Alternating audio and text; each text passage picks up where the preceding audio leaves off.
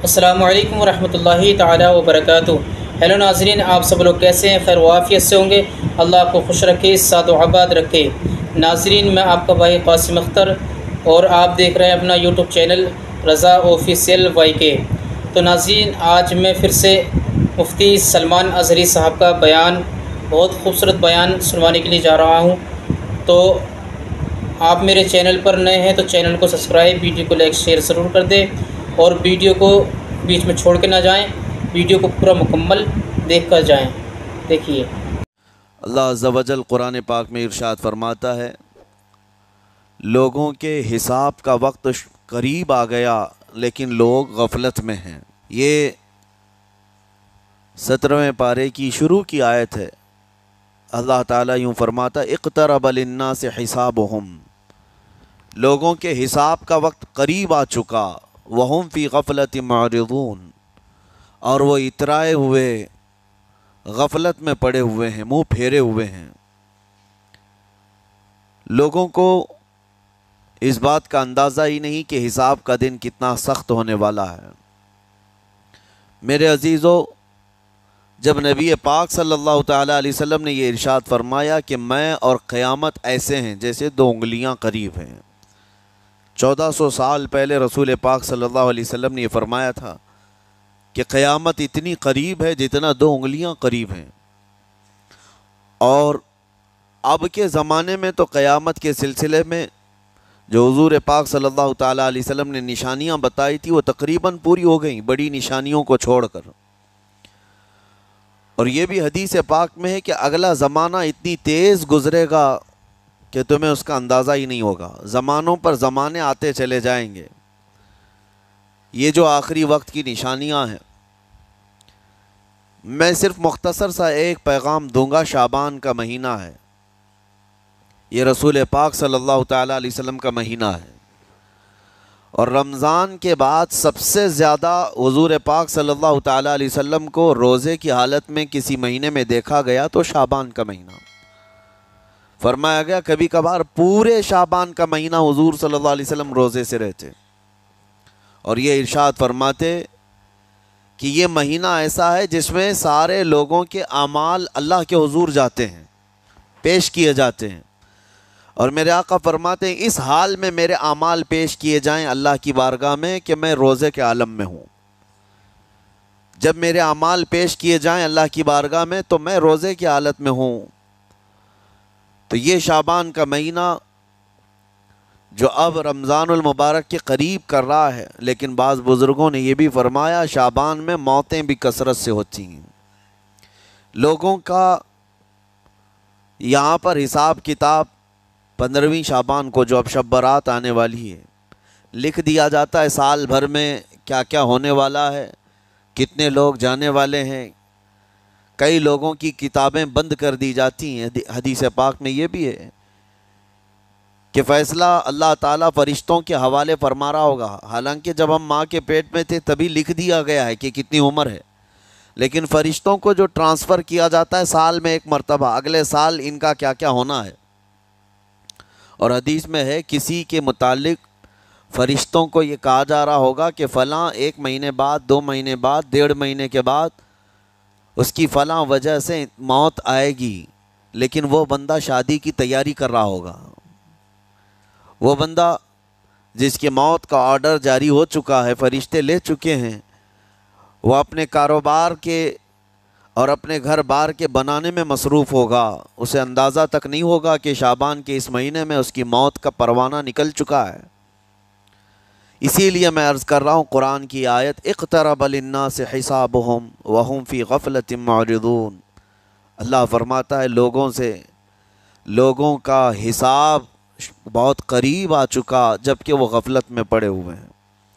اب جس زمانے میں آپ زندگی گزار رہے ہیں یہ اتنی تیزی سے آپ کے اوپر سے گزر جائے گا کہ آپ کو احساس تک نہ ہوگا، بلکہ ایک حدیث کا مفہوم یہ بھی ہے کہ جوان بوڑھے نظر آنے لگیں گے اور بچے جوان نظر آنے لگیں گے۔ وہ دور آئے آج، بچے تو ہمارے جوان ہو ہی چکے ہیں، جو 6 سال کے بچے ہیں، 5 سال کے بچے ہیں، جن کو حقیقت میں بچہ کہا جاتا تھا، اب کے زمانے میں وہ بچے ہی نہیں رہ گئے۔ 8 سال کے بچے وہ بچے ہی نہیں رہ گئے۔ ساری اسکولوں کے حالات ہمارے پاس آئے دن نئی نئی خبریں آتی ہیں۔ 3 جماعت کا، 4 کلاس کا بچہ خطرناک قسم کے نشوں میں مبتلا ہے، جو بڑے بڑے جوان بھی نہیں کیا کرتے تھے۔ تو بچہ کہاں رہا؟ حضور پاک صلی اللہ تعالیٰ علیہ وسلم نے فرمایا تھا بچے جوان لگیں گے اور جوان بوڑھے، اور جوانوں کی حالت یہ ہے کہ سارے مزے اپنے بچپن میں اتنے کر لیے کہ جوانی میں طاقت ہی ختم ہو گئی۔ 25 سال کی عمر میں ایسے لگتے ہیں جیسے کہ بوڑھاپا آ گیا، کمزوریاں آ گئیں۔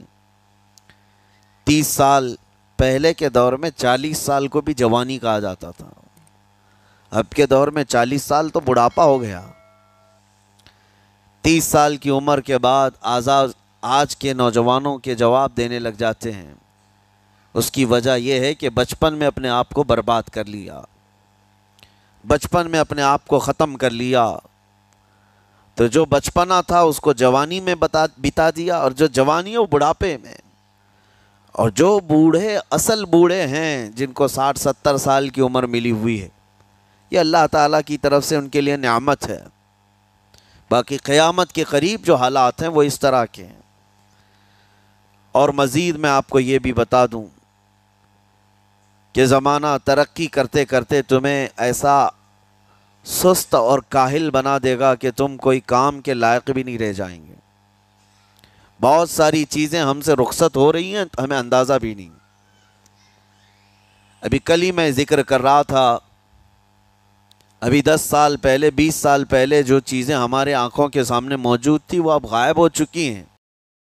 خالی وقت اسے ملے تو نشہ بھی یاد آ جائے، خالی وقت اسے ملے تو عورتوں کی طرف میلان بھی بڑھ جاتا ہے، خالی وقت اسے ملے تو اس کو دولت لٹانے اور عیاشی کرنے کی فکر بھی سوار ہونے لگتی ہے۔ اپنے آپ کو وہ کسی چیز میں مصروف کر لے، اور سب سے بہترین مصروفیت کیا ہے؟ اللہ اور اس کے رسول کا ذکر پاک ہے۔ یہ سب سے بہترین مصروفیت ہے کہ تم نے اپنے آپ کو اس میں مصروف کر رکھا تو اللہ تعالیٰ دنیا کی تمام مصروفیتوں سے تمہیں آزاد کر دے گا، برائیوں سے آزاد کر دے گا۔ قرآن میں رب تعالیٰ فرماتا ہے وَقَالُوا حَسْبُنَا اللَّهُ وَنِعْمَ الْوَكِيلُ، جنہوں نے یہ کہا ہمارا رب ہمارے لیے کافی ہے، ہمارا اللہ ہمارے لیے کافی ہے، اور کیا ہی بہترین مددگار ہے، کیا ہی بہترین وکیل ہے جس نے یہ کہا۔ اللہ فرماتا ہے اس کے فوراً بعد آیت آئی فَانْقَلَبُوا بِنِعْمَةٍ مِّنَ اللَّهِ وَفَضْلٍ لَمْ يَمْسَسْهُمْ سُوءٌ، اللہ ان لوگوں کو اپنی خاص نعمتوں میں لے جائے گا، ایسی جگہ جہاں کوئی برائی انہیں چھو بھی نہ سکے گی۔ جنہوں نے اللہ کی بارگاہ میں یہ کہا حسبنا اللہ ونعم الوکیل، آگے بھی ہے دوسری آیت ہے نعم المولا ونعم النصیر، جس نے یہ کہا اللہ فرماتا ہے ان بندوں کو اللہ اپنی خاص نعمتوں میں لے جائے گا اور فضل میں لے جائے گا، ایسی جگہ لم یمسسہم سوء، جہاں انہیں کوئی برائی چھو بھی نہ سکے گی، کوئی برائی نہ آ سکے گی۔ اسی لیے کثرت سے اپنے آپ کو مصروف رکھو۔ یہ جو محافل ہماری ہو رہی ہیں اللہ کرے کہ ہمیشہ قائم رہیں۔ ہم ہفتے میں 1 مرتبہ ذکر کی مجلس میں آتے ہیں اپنے دل کو اللہ تعالیٰ کی یاد سے معمور کرنے کے لیے۔ ویسے کھانا تو دن میں 3 مرتبہ اور کوئی تو 5 مرتبہ کھاتے ہیں۔ اپنے جسم کا بھرپور خیال رکھا جاتا ہے، ہماری روح کے خیال کے لیے ان مجلسوں میں آنا ضروری ہے۔ یہ مجلسوں کی پابندیاں، اور اگر آپ اس کو ہی یہ سمجھ کر نہ چلیں کہ ہم نے ایک بار ہفتے میں ذکر کر لیا تو اب کافی ہے۔ ہیلو ناظرین، ویڈیو کیسی لگی ہے کمنٹ باکس میں لکھ کر ضرور بتائیں۔